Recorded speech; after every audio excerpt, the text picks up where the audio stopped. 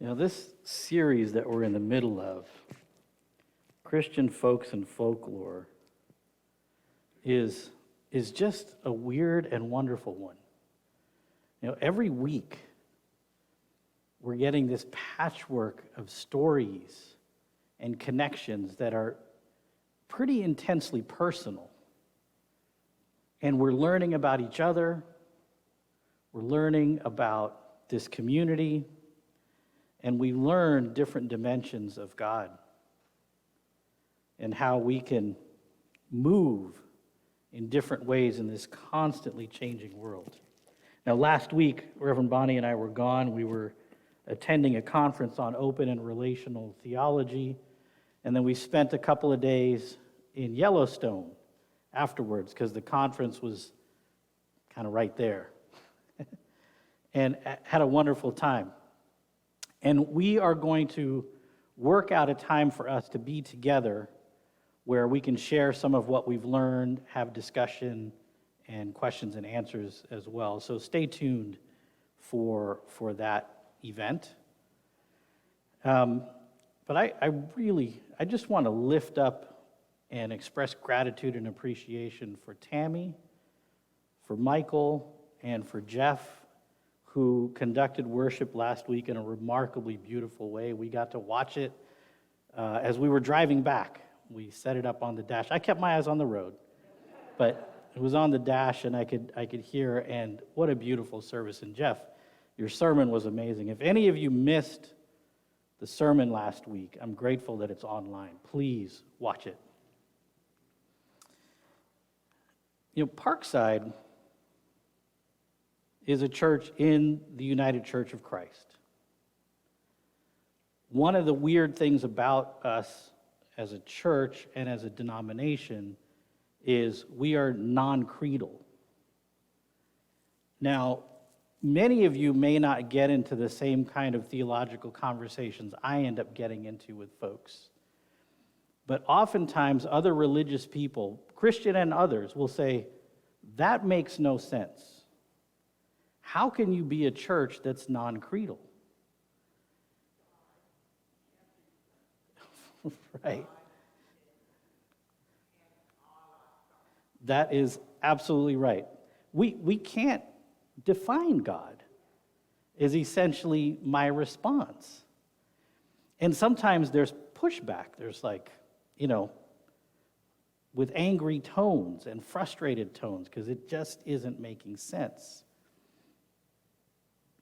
And what I wind up responding with is to say all we can genuinely do as spiritual people is to keep asking questions, to keep seeking answers, to keep building relationships, keep giving help and getting help.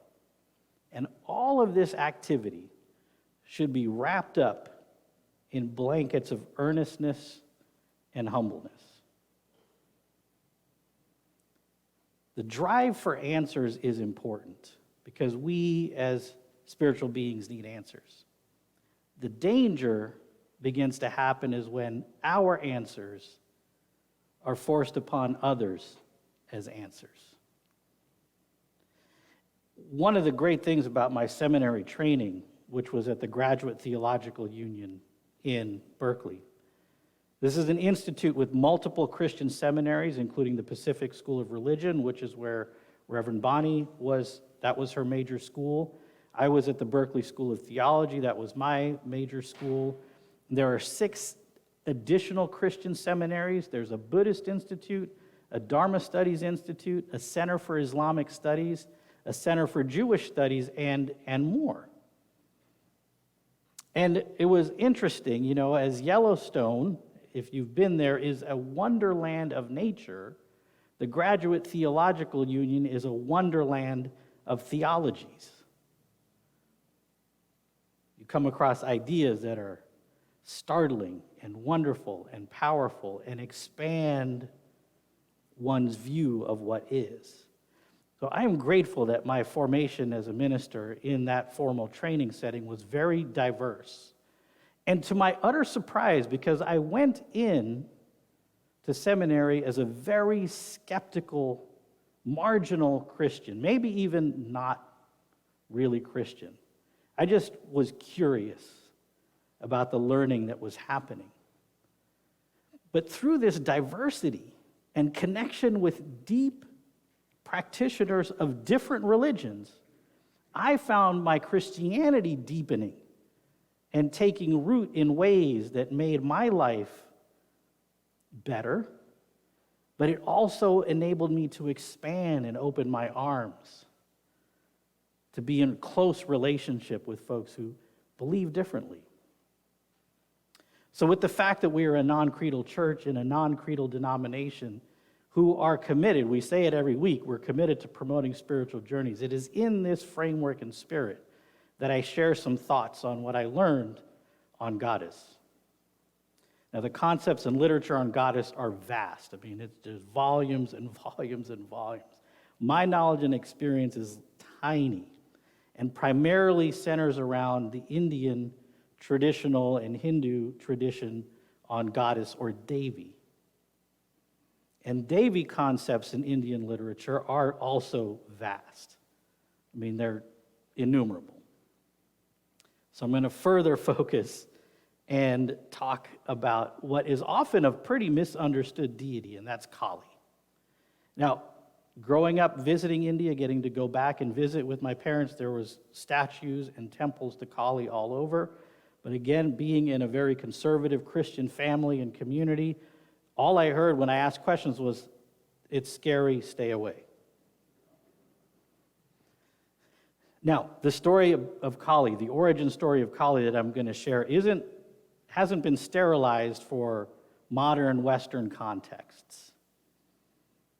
And the story is found in the Markandeya Purana, which is dated at about 250 CE. And it goes something like this. Back in the day, Raktabij, a demon or Ashura, devised a scheme to be granted a wish from Lord Brahma, who was the main god in the Hindu Trinity. And Raktabij's wish was that he could be immortal. But he phrased it in a way where he said, "I do not want to be killed by any god or any man. And that if anybody tries to kill me, that my blood, when it hits the ground, will result in another Raktabij popping up from the ground. So there's more of me." Now, it's unclear why Brahma was like, "Yeah, that's a good idea. Go ahead and do that." But Brahma granted that wish. Didn't take long for the gods to recognize they had made a huge mistake, because Raktabij was wreaking havoc on people and in the heavens. So the gods got together and thought, what are we going to do about this guy?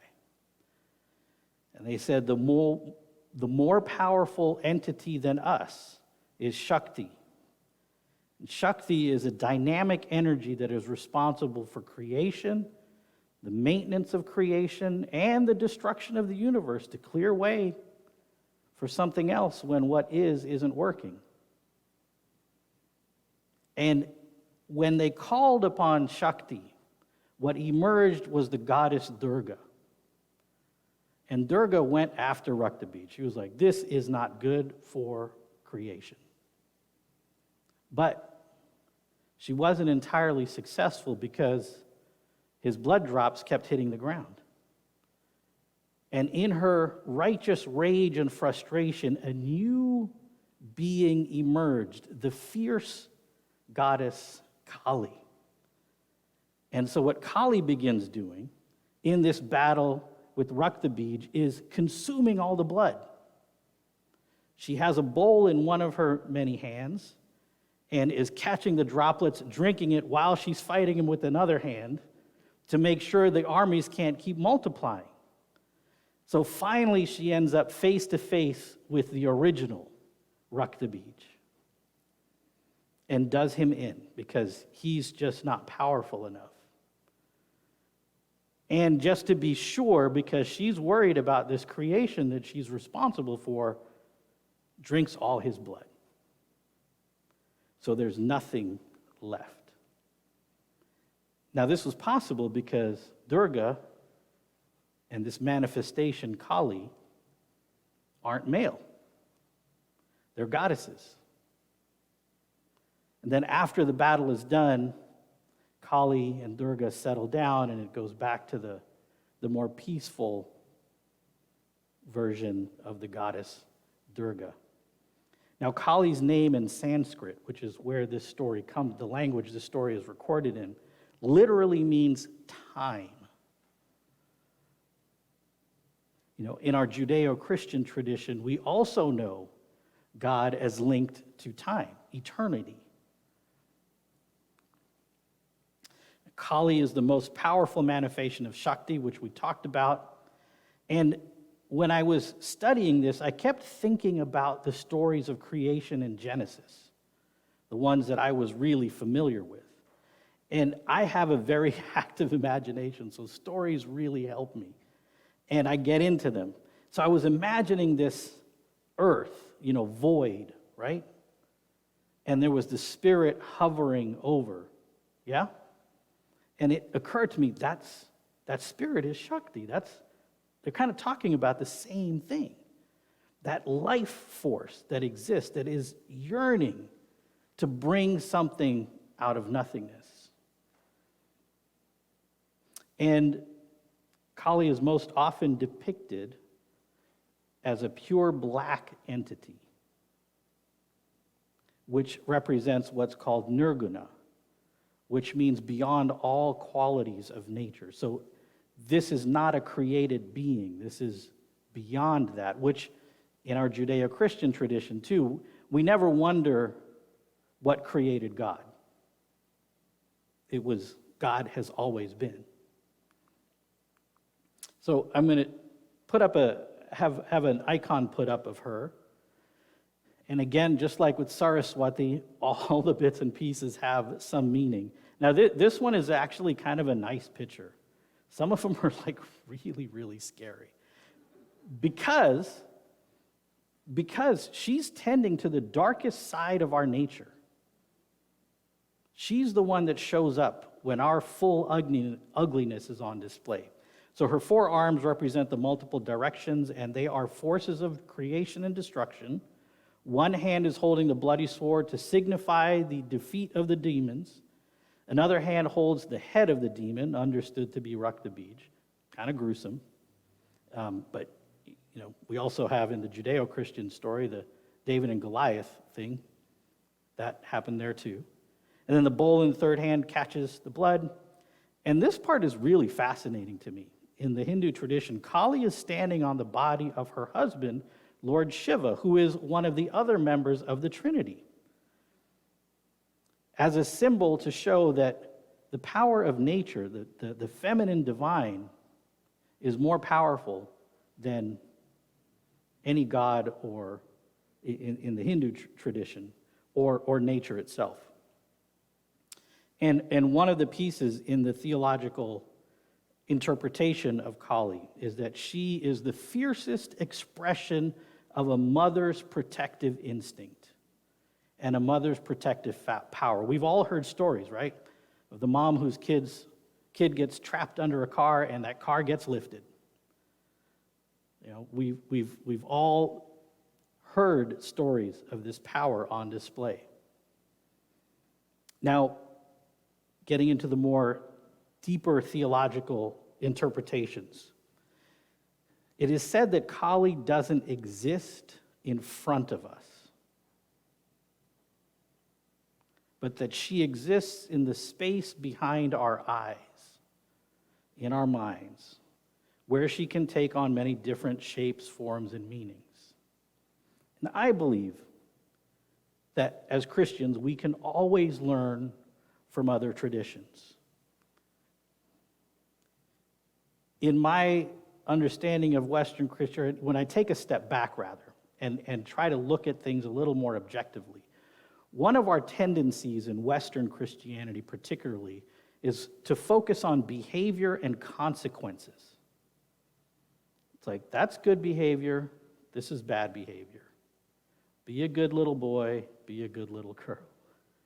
Whereas indigenous traditions and in Indian traditions, there's a lot of focus on inner work,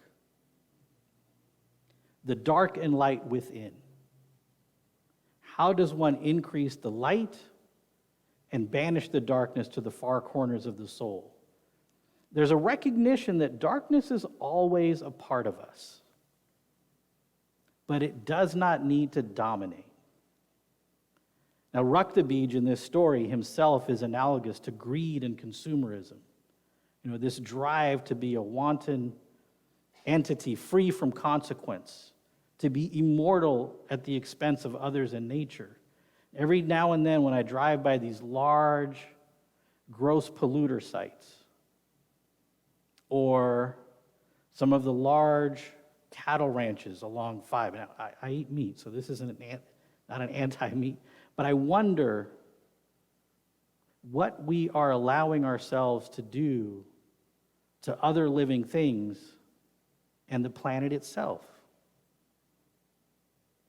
And I see kind of this Rajeev idea, like this, we as a collective species have this sense of like we're entitled to do whatever we want and are convinced that we won't suffer the consequences. A powerful part of this story, this Rajeev story and the Kali story, is that the spilling of blood results in more evil.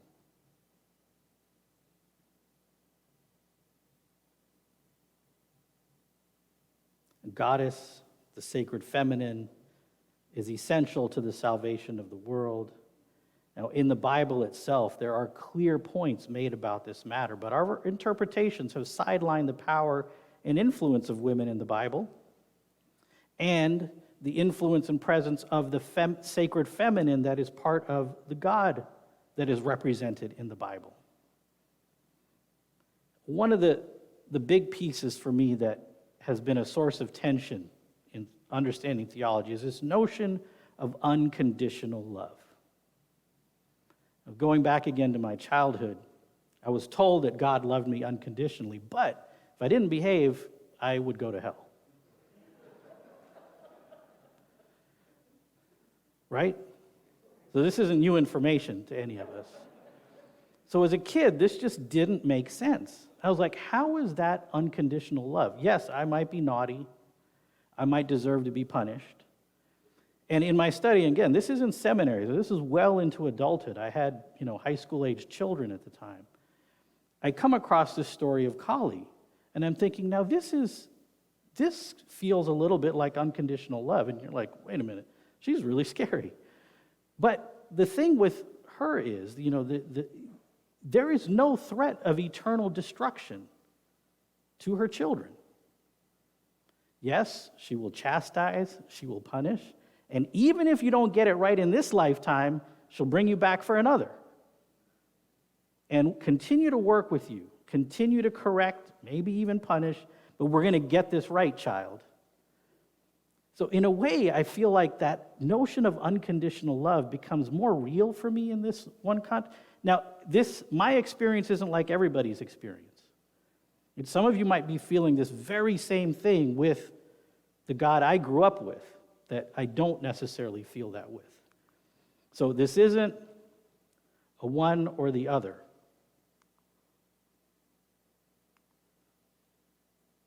This isn't an either-or choice. As a Christian, as pastor at Parkside Community Church, I have the good fortune and responsibility to embrace the stories of the Judeo-Christian God I grew up with. But I also have the freedom not only to acknowledge the nourishment those stories provide, I have the freedom and good fortune to acknowledge some shortcomings and some of the cringeworthy aspects of the stories that brought me up. I'm also allowed to embrace the teachings found in stories like we shared today. And there is a charge, I believe, both in the United Church of Christ as a whole, but also at Parkside, for us to be in fierce, connected relationship with people who think and believe differently. See, our spiritual journeys, no matter how long we have been on them, those journeys will always bring new understandings of God, gods, goddesses, the ones we have known for years, and those same spiritual journeys will bring us into acquaintance and intimacy with gods and goddesses that we have not yet met.